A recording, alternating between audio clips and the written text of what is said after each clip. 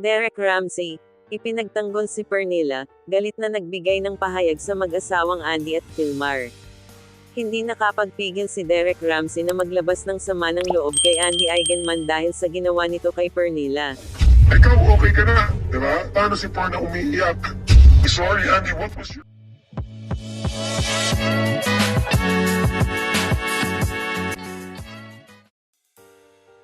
Matatanda ang inulan ng negatibong komento sa social media si Pernilla dahil sa mga umano'y patama ni Andy sa foreign national.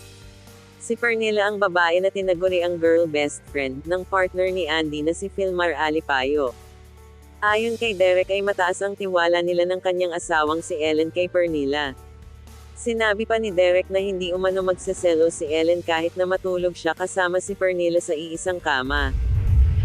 I can sleep in the same bed with Pernilla and my wife would not doubt. Ayon kay Derek, wala namang masamang intensyon si Pernilla sa kanyang relasyon at hindi niya ito ginawa para saktan si Andy o agawin si Filmar.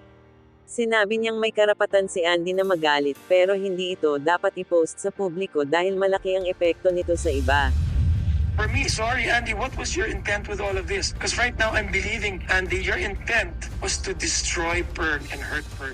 Nagalit din siya kay Filmar dahil hindi ito nag-apologize at hindi pinagtanggol si Pernilla. Inakusahan din ni Derek si Andy ng pagkakaroon ng intensyon na saktan si Pernilla. Hinihiling ni Derek kay Filmar na aminin ang pagkakamali, at sana ay magpakita ng respeto kay Pernilla. Pakiramdam niya SI Pernilla ang dehado sa naging issue dahil galit na galit ang taong bayan sa niya. Excuse me for using this term, would have the balls to be a man. Magpakalalaki ka, ayusin mo ang problema mo sa asawa mo. Unahin mo yan, tama ka dyan. Pero wag mo bastusin yung tao na tumumulong sa'yo sa lahat ng problema mo.